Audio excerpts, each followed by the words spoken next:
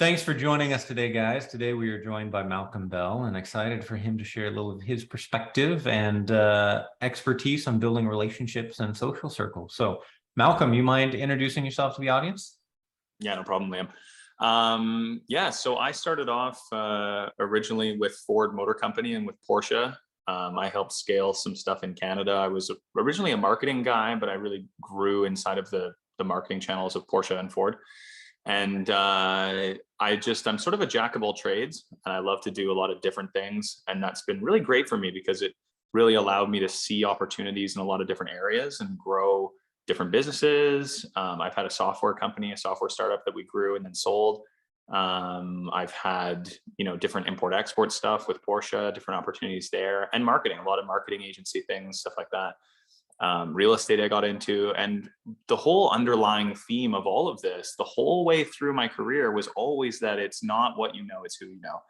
And, I've gotten to the point, as many of your listeners are now, where like money is not, something that I have to worry about so much every day, which is great.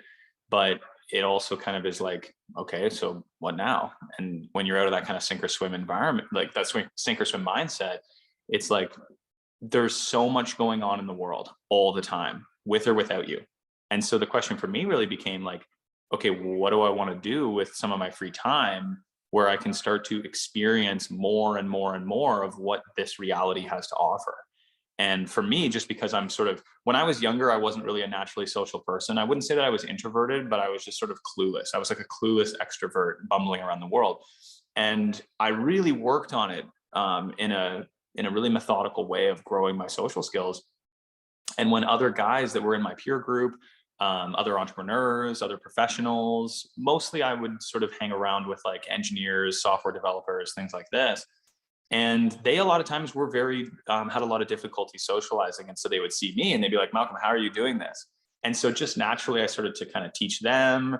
And when you teach, it requires you to grow. And so that really has become a fundamental aspect of my life, to the point where really all of the good things that I do in my life and all the things that I've done in the last, I would say 5-6 years have been really, really heavily oriented towards the social, I would say.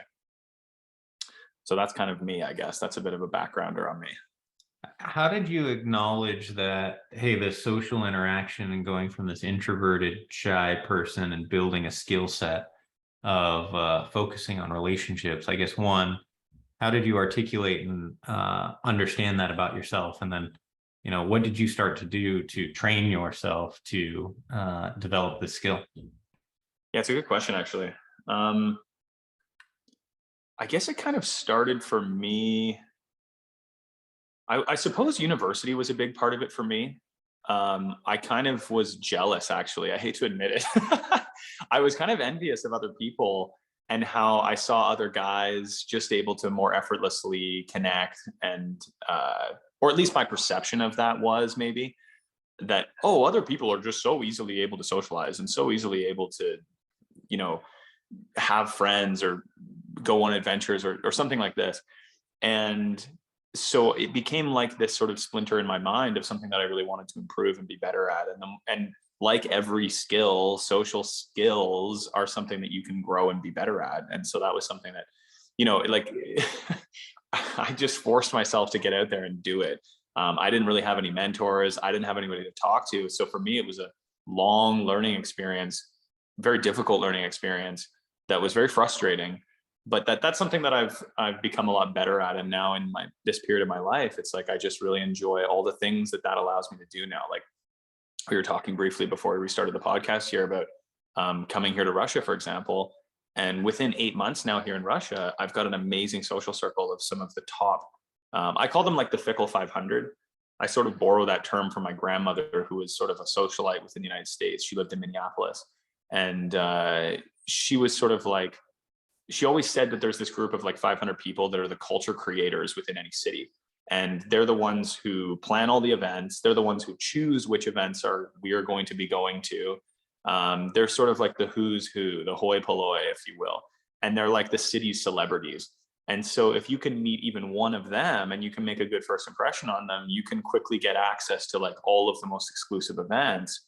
And as long as you're not trying to as long as you're not sort of like trying too hard, and this is a trap that, for other guys who are listening to this call and who have, the money side sorted, but they don't have the social side sorted. If you're showing up being like the typical like rich guy who plays off of like, what do I bring to the table? And there's some insecurity in that, right? Of being like, all I have is money and I can just throw money at problems. But I'm not really, I don't feel social. I don't feel like people really like me. I don't really contribute a lot more than this very unidimensional idea. That's really dangerous to do. So you really want to be able to show up in a way which is more as like friends, good energy, and think about what you want, right? Like, I don't need all of my friends to be rich. I don't need all of my friends to, be some sort of like success story entrepreneur or whatever. And so for the most part, other people don't want that either. And so you can just connect. And when you show up into this sort of group of Fickle 500, they're going to hold the keys in each city to open up all the most interesting social activities for you very, very quickly. It's really cool. How do you go about identifying who's in this Fickle 500 when you go to a new city? Yeah. Well, there's there's actually typical places they hang out. They're heavily involved in entertainment. So you're going to find them really quickly through things like art gallery shows, museum gala events. Most of the time, they're also very philanthropic, and so they get involved in charity events. They love to be in the public sphere, and so the more you can get into exclusive environments, the more you're going to kind of meet those people. That's kind of the key to it. How do you balance, as you're building the skill set, this feeling of, we'll call it inauthenticity, of building a skill that's not you to fit in a place that you've never been before, and being able to show up, to your point, right? Not trying too hard, but in an authentic manner that adds value as a friend, as a peer, etc. And not this, fake it till you make it, right? Because fake it till you make it spotted really fast. Yeah, because it's really scary to like feel like you're an imposter, right? A lot of people are really gonna, and that affects us in every area of life, I would say. But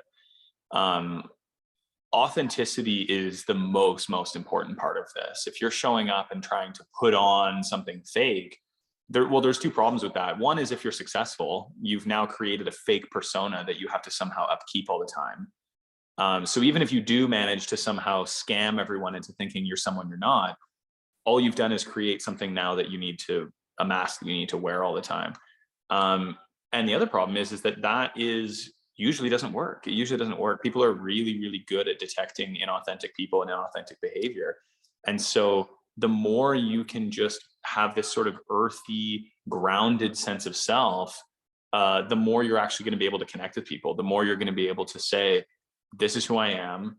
And this is kind of what I'm about. And if you don't like me, that's okay. But I'm looking for the people who do like me and that I like as well.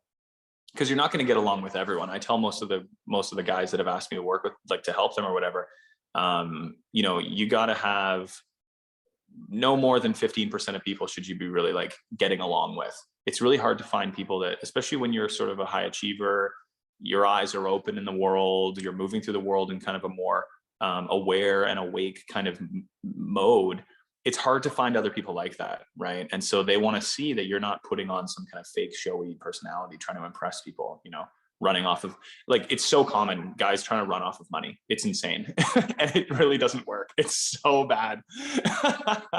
But you can't buy friends, right? You got to connect with them, and you got to be okay saying like, I'm not for everyone and not everyone's for me, right? It's like, you don't like everyone, but then why are you so mad when other people don't like you? Like, it's fine. There's nothing wrong with that, right? So let's the one question we make sure we ask everyone: once you got to that point of profitability, didn't have to worry about roof over the head, food on the table, what was your framework in terms of where you allocated, your extra profit or time, right? Did it go into building software, buying new companies, traveling the world? Kind of how did you look at that, and what was your mindset to, having a successful company, and where you put the profit? So for me, it's been all travel the world. It's also been chasing adrenaline. I'm a huge adrenaline junkie. So for me, it's motorcycle racing. I've gotten heavy into motorcycle racing. I think that a big part of it is that you have to find things that you enjoy, but also things that you can continue to challenge yourself at. I don't know about your other listeners, but for me, I've really noticed that it's a big part of it is finding things that you enjoy, but that are still an outlet for like your creativity, your need for challenge. People have this dumb idea when it's like, oh, I'm trying to retire at 35 or I'm trying to retire at 40. And it's like that somehow we have this image of like sitting on a beach, drinking cocktails with little hats in them or little umbrellas in them. Like, okay, for how long? Right? Like I can go to, I went to Ibiza 2 weeks ago, Ibiza, Spain and Majorca, Spain. And it was fun sitting in a beach club and, guys coming in with their yachts and meeting different people that were there was really fun, but I can't do it for that long. It's really, it's really boring. It's really, really boring after a while. Just like, how many bottles of champagne do you want to pop? It's stupid. So for me, motorcycle racing has been a huge outlet for like getting better at something. I hunted down the best coach I could find. He's a ex-MotoGP racer, who, his best placement was 6th place in MotoGP. And so he raced in Spain and I trained with him and we trained like twice a week. And it's kind of like all of the guys that are, once you've got the money thing taken care of, you've got to kind of raise your hopes. Because a lot of times we have good mindsets in terms of like work ethic and things like this, but you have to raise your, how do I say this? It's like you have to raise or maybe suspend your disbelief about what's possible for you or what's acceptable for you, kind of. Does that kind of make sense? I think you're talking about changing the limits, limiting factors that you're putting on your life and your capability, right? In terms of, because a lot of times I thought, for example, like if I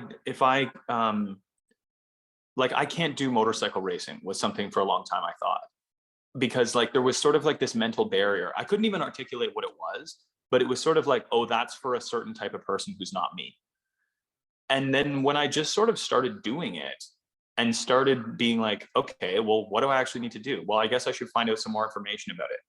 Okay, so I went to a racetrack that was near my house and I was like, just watched, and I talked to a few people and I talked to some guys that looked like they had nice bikes and I asked them about it. And when you go to places like this, when you go to hobbies that you've kind of always wanted to do, just collect information about it, right? You don't have to get involved or make some kind of grand commitment on the first day of it, but it turns it from a thing which is like inside your mind as like I would maybe like to do that, to like, okay, well, here's the steps to start doing that. But it's important to have things that challenge you. It's important to have things which you actually enjoy and that you can get better at and that you can continue to apply your competitive and growth mindsets to, that are not just like earning money for the sake of earning money. It's like, okay, got a lot of guys just reflexively need to earn money all the time. It's like, why are you doing this? They don't know. Do you like it? I don't know, maybe, kind of. I have a really close friend of mine and he owns like a massive HVAC company, and he's got teams of guys and trucks and all of this stuff. And I'm talking to him and I'm like, he spent like almost $100,000 buying a BMW M1000, really beautiful high-end motorcycle for people who don't know. And he rode it once this year. And I'm like, dude, what are you doing? Like, and he's like, I'm just too busy. I'm like, why are you so busy? Right? It's like, he doesn't need to work anymore. He needs to transition his time from like, we've got that healthy, wealthy, wise thing, and he's got wealthy, very taken care of, but like the healthy and wise categories are not progressing the way they should, in my opinion. And so like, I'm trying to pressure him to like, you don't need to work from 6 a.m. till 9 p.m. every day. You just don't. Your company doesn't need you that much. And so what you need to be doing is you need to be like experiencing other things in life. You're just reflexively in this knee-jerk kind of fashion, going to the thing you know over and over and over and over again. And it's very, it becomes limiting. It becomes really limiting. It's a big problem. So I've found that motorcycle racing has been good. Traveling has been good for me. I'm heavy into also like reading. I love to read and I love to speak with and assemble kind of a group of friends that I've assembled around the world that also enjoy those things. And so enjoying things that you enjoy with a community of people is also really, really healthy for me, I found. As money became less of an issue, Mhm. Did you see yourself in terms of how you engaged or how you leveraged your social skills that you had built up change or go to a different level in any way, shape, or form? Did my social skills become? Sorry, I don't understand the question here. Essentially, the engagement that you had as you were building up to get to the point where you had profitability and you didn't have to worry Hmm. about money.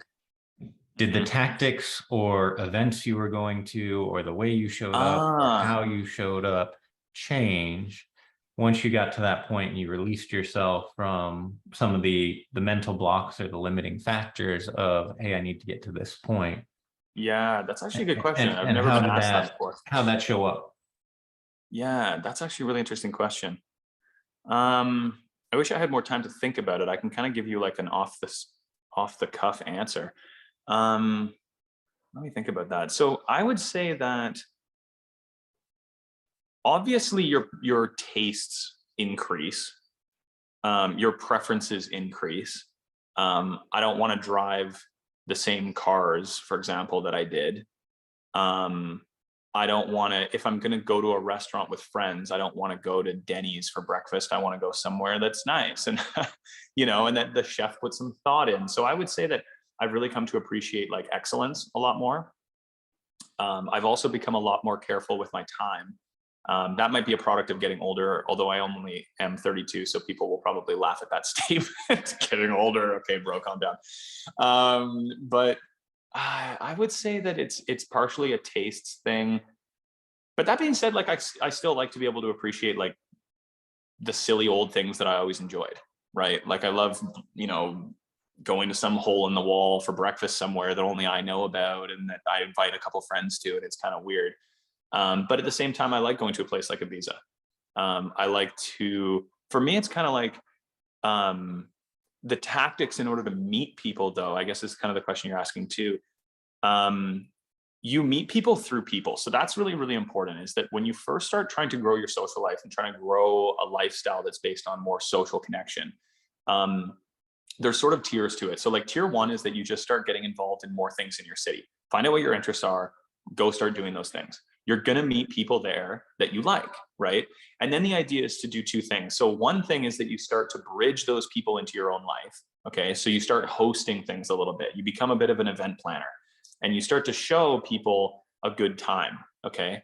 And that because you're hosting interesting things, you're planning interesting stuff, you become kind of like this gravity well that people want to kind of hang around with and do the things with you that you're doing. And that can be as small as like getting a bunch of friends together and renting dirt bikes and going and riding around in the forest with dirt bikes and a guide or something like this. Or it could be as extreme as like starting a charity and hosting gala charity events and kind of growing that within your city.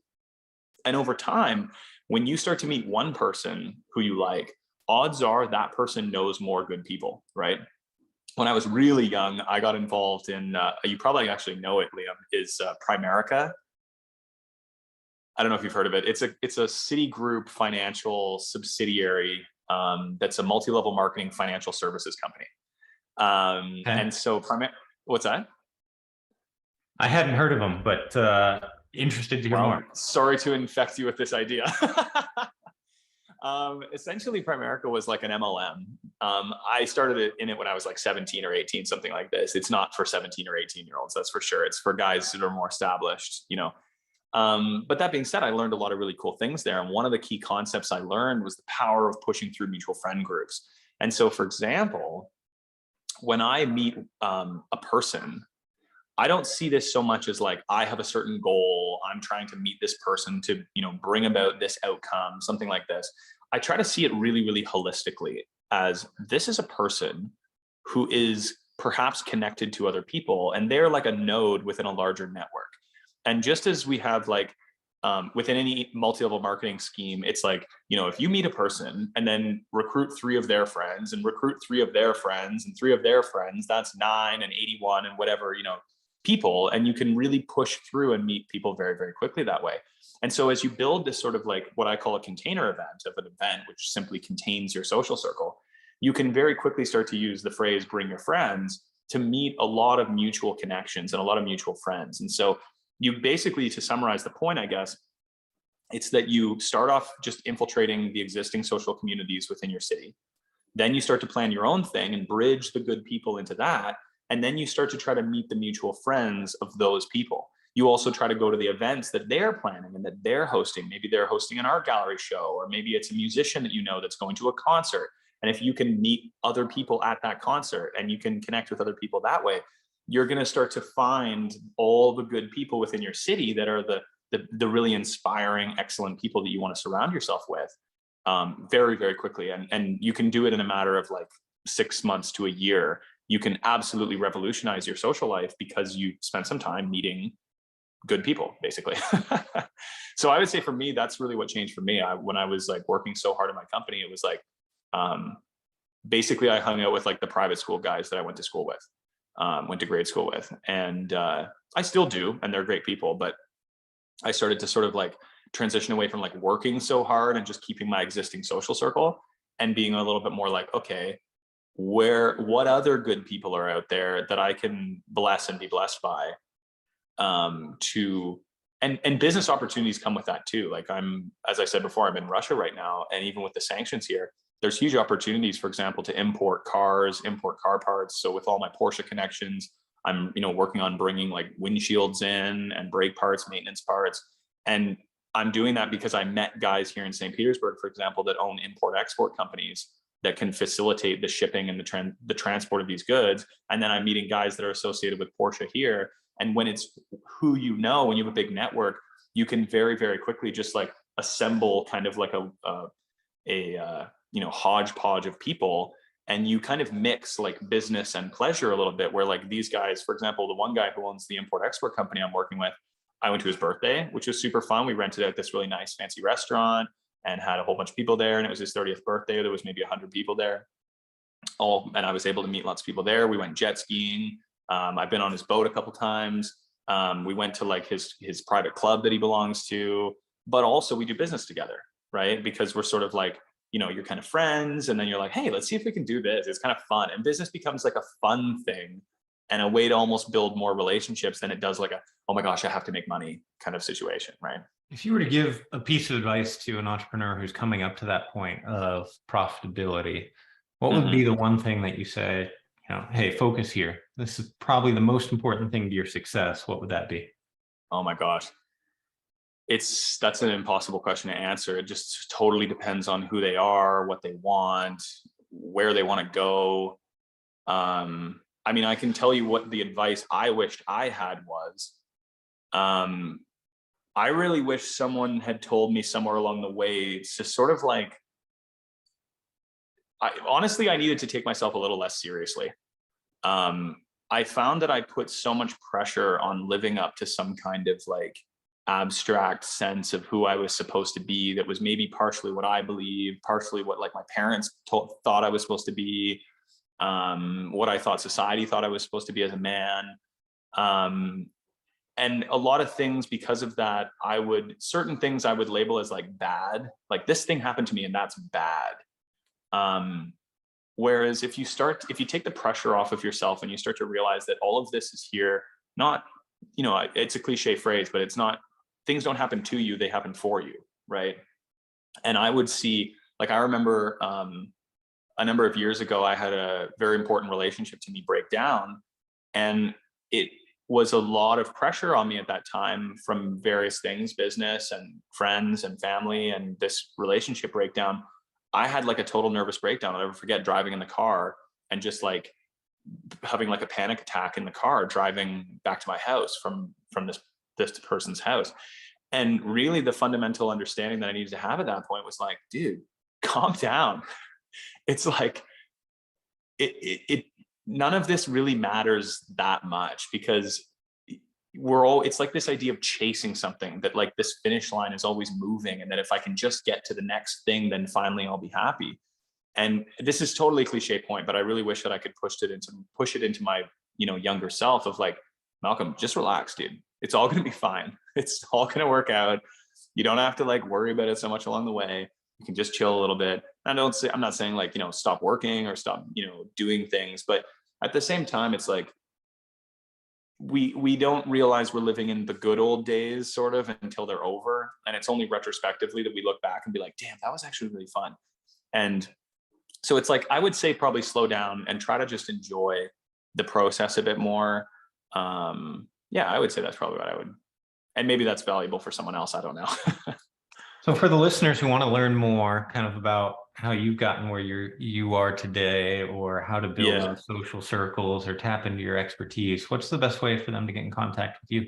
Yeah, for sure. I would say the best place to find me, and the thing that doesn't change the most, is probably my website, which is elevatedatingblueprint.com. It's dating blueprint because originally when I started doing this about 6 or 7 years ago, just as like a side hobby to help out my friends, it was surrounding dating, right? And social circles fundamentally are originally about dating, right? It's if you meet better people, you get access to better places, you meet better women, you can find a better partner, someone who's on your level, who's not just there for money, who's not just, scraping the bottom of the barrel off of Tinder or something like this, the way even some of the most high achieving guys seem to do these days. You're really going to start to meet like really wholesome, attractive women that you're excited about, right? So that's what it started out as. That's why it's Elevate Dating Blueprint. It's Elevate as well because these things take time to grow. It's like an elevator. You don't get in and teleport to the top floor. It's a very holistic growth in an area of your life that you need to slowly elevate. And it's Blueprint because that's what it's all about, is rolling out a blueprint in front of you, that in almost in like a programmatic sense, you get to take certain steps, build your life a certain way, and then you get certain results. You get a building at the end of it. If you want probably my most active content, it's on Instagram, elevate.rar. But unfortunately, I had a previous Instagram that got banned at 22,000 followers. So the new one, hey, you can come be my 150th follower, maybe. Excellent, Malcolm. Well, appreciate you sharing your perspective, your insight, and your story today, and know that it will man. touch. Thanks for the podcast. I've enjoyed listening to some of the other stories here. It's really expanded my understanding of, even what's possible for me as well. And also that, I'm not on the top of the mountain yet. We all have room to grow for sure. The mountain, you're never at the top, right? And once you acknowledge that, it doesn't become how quick do I get there? It becomes how do I enjoy it along the way, as you're articulating. Yeah. Right? And yeah, absolutely. that is so important. So really appreciate your time today, Malcolm, and sharing all your insights and expertise with the audience. Yeah, I appreciate it, man.